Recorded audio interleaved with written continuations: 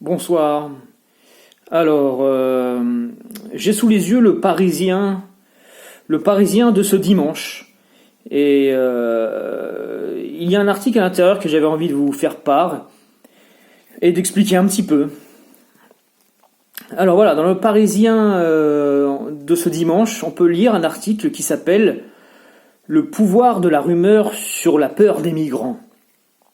Le pouvoir de la rumeur sur la peur des migrants.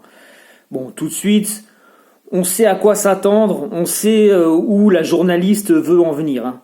Alors, on va le lire, je vais le lire un petit peu. Alors, Émilie, la fromagère du centre-ville de Lons, ou Long, je ne sais pas comment ça se prononce, se préoccupe avant tout de faire tourner son affaire dont dépendent 6 bouches à nourrir. Par 2 fois cet été, des cambrioleurs ont saccagé sa boutique. Émilie ne gagnerait que des problèmes à venir, pense-t-elle.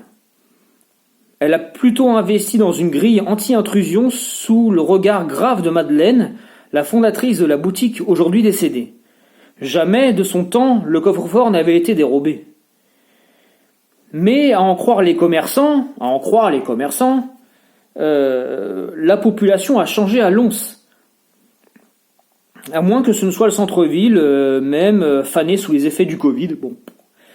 Sous les arcades de la rue du Commerce, quelques grappes de marginaux créaient du désordre, au point qu'une pétition a circulé. Natacha, par exemple, vendeuse en apprentissage, se dépêche de marcher le soir.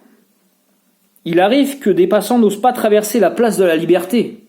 Tout un symbole, la place de la liberté républicaine, qui n'est que de la licence. La place de la licence serait plus à propos.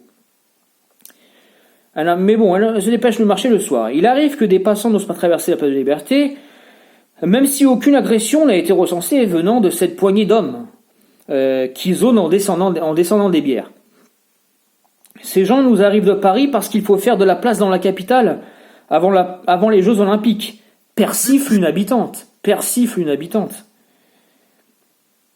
La rumeur fausse, précise la journaliste, se fonde sur un malentendu. La préfecture a bien demandé d'accueillir 3 familles syriennes afin de répartir les demandeurs d'asile sur tout le territoire français.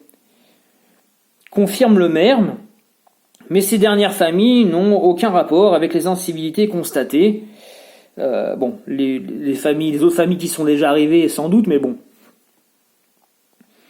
Voilà, sans aucun rapport. Mais ces dernières n'ont aucun rapport avec les incivilités constatées. Le on-dit s'est propagé dans toute la ville, nourrissant ce sentiment diffus que même Lons n'est plus à l'abri.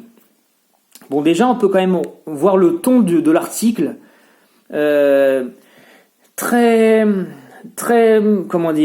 condescendant, très méprisant. Vraiment, le ton toujours très condescendant, méprisant.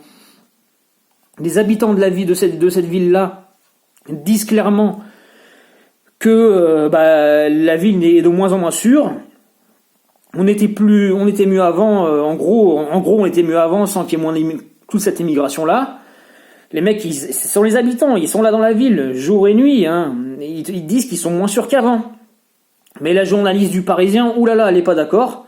La journaliste du Parisien, elle dit que non, grosso modo, les habitants de cette ville-là, en fait, voilà, hein, il y a des rumeurs, ils croient aux rumeurs, au sentiment d'insécurité, hein, cher à notre ministre de la Justice, hein, au passage, que finalement, tout ça, les habitants, ils se font des films, hein, ce sont des xénophobes, ils ont une peur irrationnelle des étrangers, et voilà, ces habitants sont juste des xénophobes, et les migrants sont gentils, et voilà, les Français sont pas gentils, par contre, eux, ce sont les xénophobes. En gros, c'est ça, hein, mais quel mépris vraiment pour ces habitants-là, pour ces habitants de cette ville qui disent les choses telles quelles, hein, qui ressentent de plus en plus d'insécurité, et elle a dit non, quoi. Hein, cette gauchiste, cette journaliste de gauche, elle les traite en gros de xénophobes, c'est insupportable. Quel mépris pour les habitants et pour le peuple français en général, le peuple qui est là depuis des décennies, voire des siècles et des siècles. Hein. Mais on crache sur le mâle blanc, sur la famille blanche, etc. Bon, il faut quand même rappeler que voilà, hein, le Parisien, comme la plupart des grands journaux de la République française, sont tenus par une poignée de milliardaires, hein, une poignée de milliardaires cosmopolites, mondialistes, favorables au grand changement démographique, pour ne pas dire au grand remplacement. Donc voilà, c'est quelques mondialistes qui sont favorables à tout ça. Et ils sont favorables à tout ça, et il faut pas oublier que tous ces journaux-là sont aussi subventionnés par votre argent, par l'argent des Français. Les Français donnent leur argent à l'insu de leur plein gré à tous ces journaux et ces journalistes de gauche qui les traitent de racistes. Hein. C'est ça le truc, hein. Ils les traitent de racistes, et voilà. Donc c'est vraiment de la presse insupportable. Voilà. Franchement, ne dépensez pas, évitez de dépenser de votre argent pour ces journaux qui vous crachent à la figure. Voilà, ne donnez pas de l'argent pour tous ces gens-là, évitez de donner votre argent pour tous ces gens-là, ou à moins comme moi aujourd'hui, j'avais besoin de papier journal pour allumer mon feu de cheminée. Donc voilà, aujourd'hui j'ai acheté, mais bon voilà. Ne faites pas ça, ou à moins comme moi vous avez besoin de papier journal pour faire un feu de cheminée. Sinon, vraiment, n'achetez pas ces journaux-là qui vous crachent vraiment la figure, vous traitent de racistes de tous les noms, qui ne sont absolument pas vos représentants, mais au contraire, hein, ce sont vos ennemis. Ne pas l'oublier. Toute cette presse gauchiste de la République française, ce sont vos ennemis.